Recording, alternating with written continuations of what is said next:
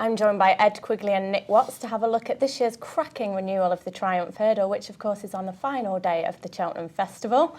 So it looks a very open race at the moment, and Grametti currently heads the market after his easy win at Kempton. Is he a worthy favourite, Nick? Yeah, I think so. I think he's the most solid. I don't think he's been spectacular. He didn't blow me away at the weekend, but he did what he had to do. And apparently it's more of a meet and greet for Robert Thornton than anything else, because Grametti's been doing his running while Chock has been off injured. So I think it's important from that perspective, and King was keen to run for that reason. But he did the job fine. He's proved he handles Cheltenham very closely matched with Pearl Swan. And I wouldn't be sure he could confirm that form. I know it's hard when you're summing it up because Pearl Swan won the race but then lost it in the steward's room. So if you just go on the pure result, then Pearl Swan's beaten Grametti, giving him £3, and I think might have more improvement in him than Grametti. So if you ask me out of the two who I fancied, I'll probably fancy Pearl Swan. Although Grametti is such a pro that I don't think he's going to finish out the frame. Might just lack that brilliance. But Pearl Swan out of the two is the one that I would lean towards. They set off up this run-in, and Pearl Swan, driven out, is coming away in the closing stages to notch a fairly impressive success, and driven out towards the line, it is Pearl Swan who'll score for Daryl Jacob and Paul Nicholls. If you let me finish in second, Miss Tenacious ran well in third.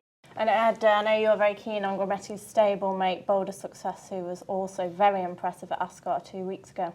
The prices, yes. Quickly going back to Grametti, out of the two, I would rather have Grametti over Pearl Swan, given the professional aspect Nick touches upon. He's been there and he's done it, and Pearl Swan's quite inexperienced. And just thought it was really interesting what Alan King and Chock Thornton have been saying this week about Grametti. He's almost identical in his build to Penzance, who won the Triumph Hurdle a few years ago. Not necessarily he's got a lot of class, but as a 4-year-old, he's filled out the same size as like a 7 or 8-year-old staying chaser. So he's got that big physical edge, and I think that will hold him in good stead. And I don't see Grametti out of the three, but at the prices, as you say, his other representative, Boulder Success, around the 10-1 mark. Well, we don't really know how good he is the question, but he's just obliterated everything he's raced against so far, including Ascot last time out. It was 142 rated horse called Hazy Tom, who didn't handle the ground bowl accounts, but was 28 lengths behind him. I mean, he just murdered everything in a cloud of smoke.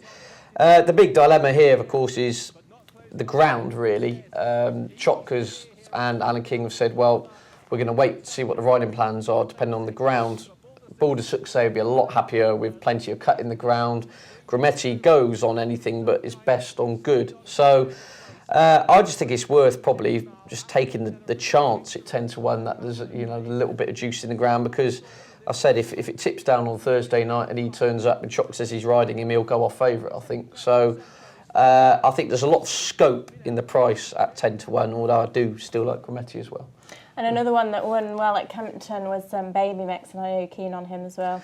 Yeah, really, by process of elimination, I've been on Tipping Today all year, rattling on about how forget the Triumph Hurdle bets, wait for the Adonis. So the Adonis comes along and Baby Mix wins, and now is officially the highest rated juvenile with a mark of 149. No disrespect to Tom George, but I think if it was trained by Paul Nicholls and Nicky Henderson, he'd be favourite here, or at least 2 or 3 points shorter in the market.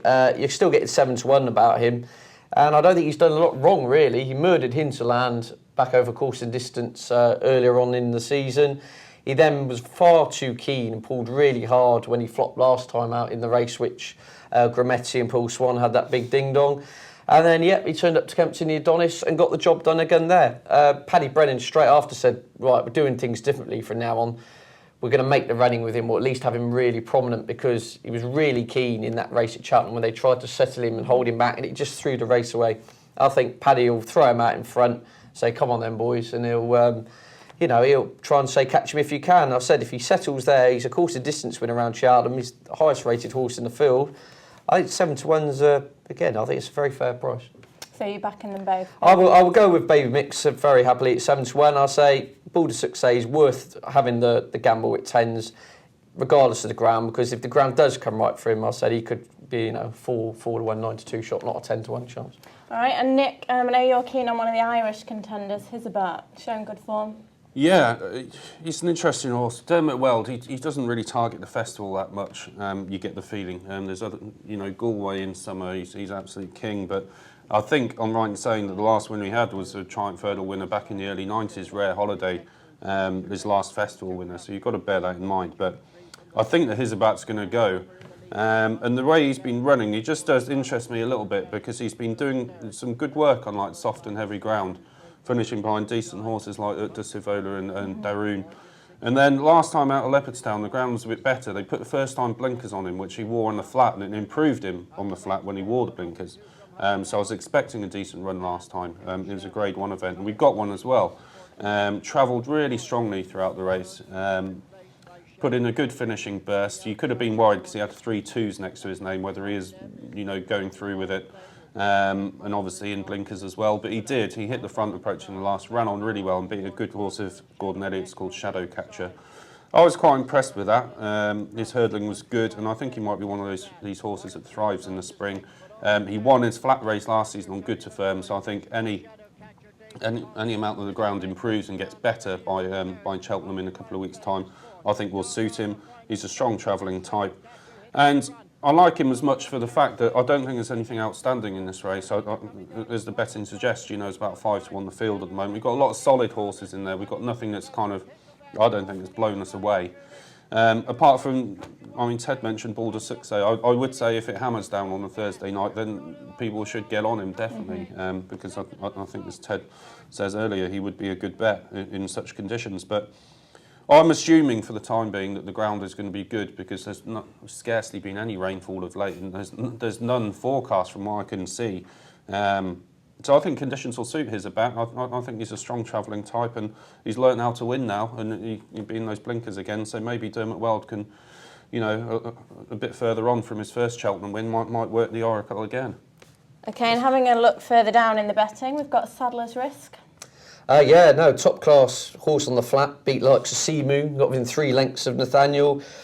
I just don't quite know what to make of him after losing the Baby Mix, and his price doesn't particularly appeal to me now. Nick?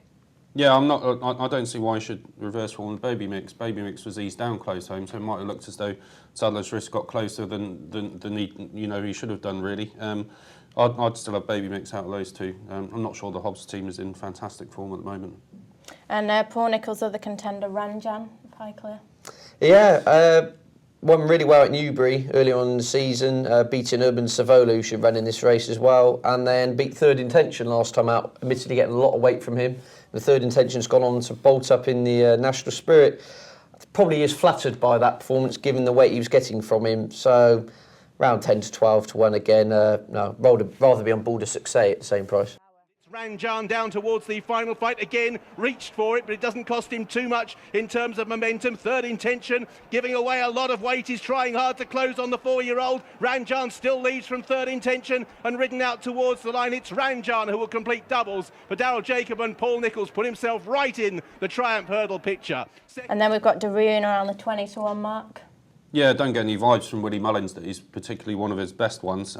So again, ties in with his abat, but I'm expecting his abat to improve and leave that run a long way behind on good ground. So not for me. We should just finally touch on Livius, the Trevor Hemmings expensive purchase for Nicky Henderson, and he's due to run at the weekend. And Henderson's basically said, look, if he bolts up, we will seriously consider the Triumph. And looking down it, Geraghty doesn't appear to have a ride. Well, you're not going to get a 20 to 1 Henderson Geraghty horse on the Friday. So it's probably a question of you either take the risk now or you wait and get a shorter price after they commit at the weekend. Just 50 yards for them left to go. Livius is all out, the 4-year-old from in second place. Rymasar and Absinthe. Great start to the day for Nicky Henderson, Trevor Hemmings and Barry Geraghty as Livius wins the opener from Rymasar.